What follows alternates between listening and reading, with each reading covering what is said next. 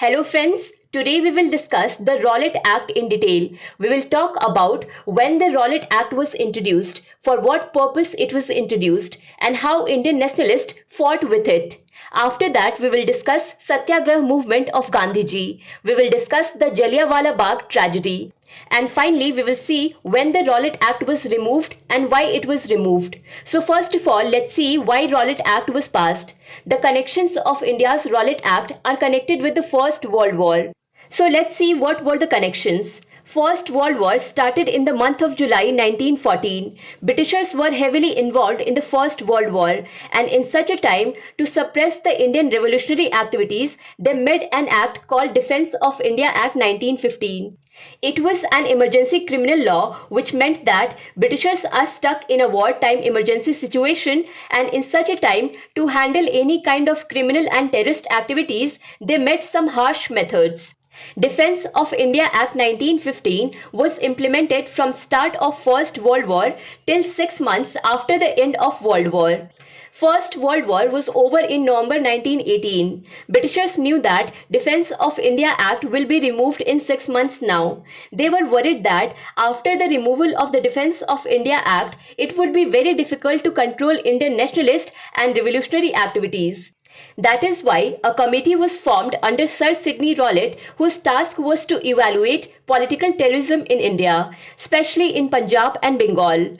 One of the objectives of this committee was also to find links between Indian nationalist leaders, German government and Russian Bolsheviks, as well as to give their recommendations to end Indian political terrorism. This committee established links between Indian and German governments in its report and recommended to extend Defence of India Act 1915 for an indefinite period to keep militant nationalism under control. So to extend Defence of India Act 1915 for indefinite period is called Rowlatt Act, although the official name of Rowlatt Act is Anarchical and Revolutionary Crimes Act 1919. This act came at the time of Lord Chelmsford. The purpose of Rowlatt Act was to end any kind of conspiracy against Britishers before it starts. Now let's see what kind of provisions were there in the Rowlatt Act and what extra powers were given to the British government. The first power was that the police could search any place without any warrant, which means police could raid any house at any time. And if any small thing like a poster of Inqilab Zindabad was found, the police could take action against that person. Apart from this, on the basis of suspicion, people could be picked up and put in jail for a maximum of 2 years. And special courts were created related to the Rowlatt Act, in which a bench of 3 judges used to decide, where decisions were made immediately. And once you were held guilty, no appeal could be made. People were banned for gathering publicly. Be it a festival or a fair, people cannot gather. No peaceful protest of any kind was allowed.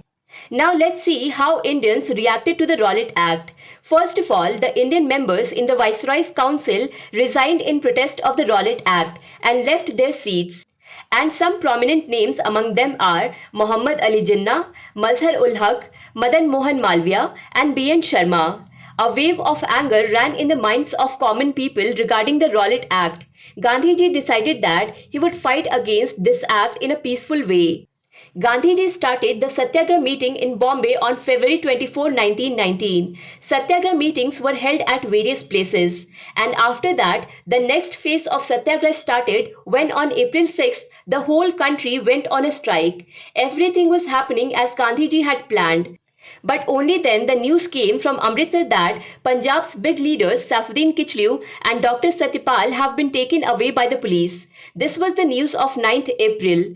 After this news, it did not take long for the atmosphere in Amritsar to worsen. People started damaging everything that had the mark of Britishers. Their buildings were pelted with stones. Their flags were burned. In view of this, martial law was imposed in Punjab on 11th April.